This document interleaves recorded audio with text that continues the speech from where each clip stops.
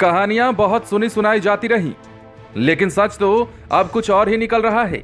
चर्चा हम रामविलास पासवान के बारे में कर रहे हैं। 50 वर्षों की बहुत ही पावरफुल पॉलिटिकल जर्नी रही है रामविलास पासवान की।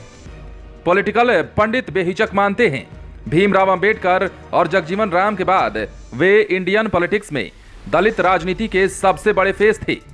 भविष्य की सत्ता को रामविलास पासवान बहुत ही आसानी से पढ़ लेते थे, इसलिए उन्हें सत्ता की राजनीति का मौसम वैज्ञानिक कहा जाने लगा था। 50 वर्षों के राजनीतिक सफर में वे केंद्र की हुकूमत में बहुत सारे मंत्रालयों के केंद्रीय मंत्री रहे। ड्रेस और एड्रेस में रामविलास पासवान का कोई सानी नहीं रहा। गर्मी में भी वे सूट बूट में स्मार्ट दिखते थे। फिर दिल्ली में जनपद का उनका एड्रेस सबकी जुबान पर रहता था। दिल्ली में ऑटो और टैक्सी वाले सिर्फ रामविलास पासवान का नाम लेने पर भी उनके बंगले तक पहुंचा देते थे। पर था तो ये बंगला सरकारी ही। रामविलास पासवान जब तक जीवित रहे शान से रहे। बीच में एक बार जब वे हाजीपुर से लोकसभा का चुनाव हार गए तो परेशान हो गए थे।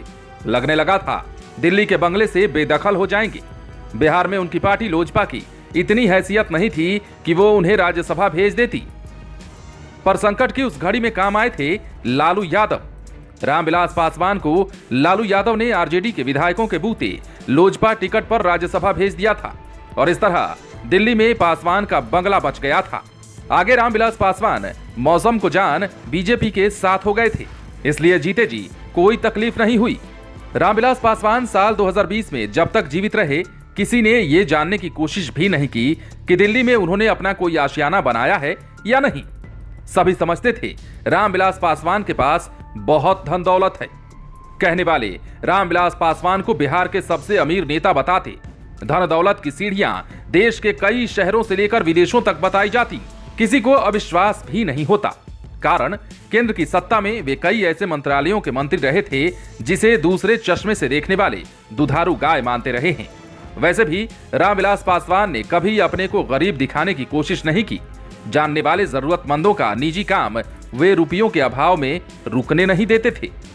बीमार, शादी विवाह, शोक श्राद्ध में वे अपने लोगों की नकद मदद भी करते थे। उनका चुनावी खर्च भी बहुत अधिक होता था, इसलिए रामविलास पासवान के पास बहुत पैसा है, लोग कह दिया करते थे। लेकिन सच ये भी है कि बहुत धन, बहुत पैसा के शोर के बाद भी रामविलास पासवान का पटना में अपना कोई प्राइवेट एड्रेस नहीं था। एयरपोर्ट के पास वाला बंगला जो रामविलास पासवान की पहचान था वो भी सरकारी ही था। अब परिवार और पार्टी में विभाजन के बाद ये पशुपति कुमार पारस का पटना वाला एड्रेस है। रामविलास पासवान ने पटना में श्री कृष्णपुरी वाला मकान तो बहुत बाद में कोई 1 दशक पहले लिया था, जो अब उनके नहीं रहने के बाद चिराग पासवान का पटना एड्रेस है। लेकिन दिल्ली में रामविलास पासवान ने 50 वर्षों में एक घर भी नहीं बनवाया। ये बात तब सामने आई जब पिछले दिनों जनपद वाले बंगले से चिराग पासवान और रामविलास पासवान की पत्नी रीना पासवान को बेदखल कर दिया गया। चिराग पासवान इन दिनों बहुत परेशान हैं। कह रहे वे 29 मार्च को ही बंगला खाली करने को तैयार थे, पर नरेंद्र मोदी कैबिनेट के टॉप 5 मिनिस्टर में एक ने उन्हें स्वयं बुलाकर कहा, अभी रहिए, कोई परेशानी नहीं है। लेकिन अगले दिन 30 मार्च को ही बेइज्जत कर घर से बेघर कर दिया गया।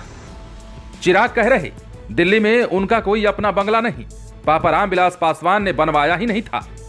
सो जनपद वाले बंगले से निकाला गया बहुत सारा सामान, कुछ यहां तो कुछ वहां पहुंच गया है।